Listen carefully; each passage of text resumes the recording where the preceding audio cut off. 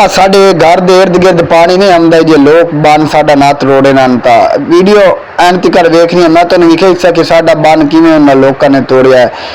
जिन्ना बिरामा हाल तक मेरा channel subscribe नहीं किया मेहरबानी करके मेरा चैनल सबसक्राइब कर ला, मैंने वीडियो नू लाइक कर दिया है। भाई अज तुहाडा बिरा घरों बेघर हो गया, तुस आखसो किवें, क्योंकि भाई तुहाडे बिरा दा घर दे इर्द गिर्द भाई पानी आ गया दरिया सतलुज दा। अज पता लग्या है कि बंदा घरों बेघर किस तरह हो जाता वा। जो बंदा घरों बेघर हो जाता है तो भाई मेरे हिसाब के मुताबिक बंदा टके दा नहीं रहता। आ वेखो कुछ साडे बिरावां दे मकान डिग गया, छत्ता तले डिग गई वा, समान विच खत्म हो गया वा। बिरावां दरिया की ढाह लगी खली, कुछ इत्थे होर ए खोले दे मगर ही कुछ मकान हैं वो भी डिग गए, दरिया अपने अंदर समेट लिया। इस टाइम का तकरीबन भाईओ 7:30 का टाइम है तो तुसी वेख लो माल डंगर हर बंदा अपना लई जांदा वा, हर बंदा अपना समान लई जांदा वा।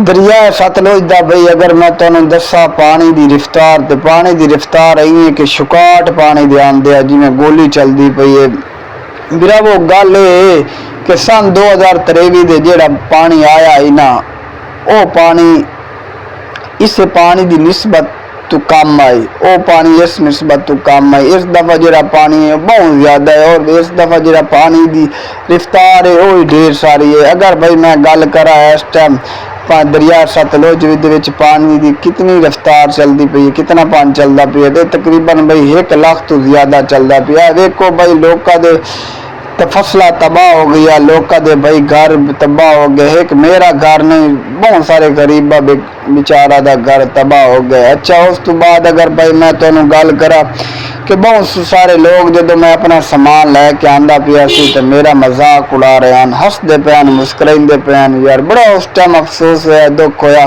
और दिल में आखा कि मेरे बिरावो कोई गल नहीं, रब वारे से यार अज साडे ते आइए तो तुसी मियां मुस्कुरा सकते हो, तुसी हस सकते हो। साडा सोना रब वारे से बिरावां बहुत सारे लोगों ने मनता मनिया या अल्लाह बन टूट जावे, असी दा देगा दे सो, किसा का बाबा खाज की जरा बन टूट जावे तो असी 15 देगा दे सो। उन्होंने दी ख्वाहिशा पूरी हो गई। आज का भाई वो दौर है कि एहसास खत्म हो गया, हर बंदा कहता है अगर मैं बुढ़िया तो अगला ही बुढ़ जाए। आज का दौर चलता पिया है, क्या इंसानियत रह गई, एक ना दे असी भाई मुसलमान रह गया। उन्होंने गरीबा को पूछो जिन्हों के कच्चे मकान आन पे वो भी डिग गए दरिया की वजह तो, या उन्होंने गरीबा को पूछो जेरे घरों बेघर हो गया। तुसी वीरो की जानो। अगर मेरी वीडियो अच्छी लगी हो चैनल सबसक्राइब कर लो, वीडियो नू लाइक कर लो, शेयर तो जरूर कराए। ओके भाई अल्लाह हाफिज, लव यू, हो गया बाय बाय। जिंदगी रही तो फिर मिलांगे दोबारा। बाकी दुआ करो यार, चलो असी तो बुढ़ गया, जेरे दुए बिरा हैं अल्लाह उन्होंने बचावे, जेरे दरिया सतलुज के नज़दीक रह मना लिया। बाकी पूछे भाई 1,70,000 सुबह फिर पानी का रेला दरिया सतलुज विच हैड इस्लाम तक पहुंची। बाकी रब ही वारे से, रब तो सिवा आज के दौर में भाई कोई नहीं है। हर बंदा कहता है अपना ही भला सोचता, हर बंदा आंदा मेरा ही भला हो जाए। ओके भाई लव यू, हो गया बाय बाय टाटा।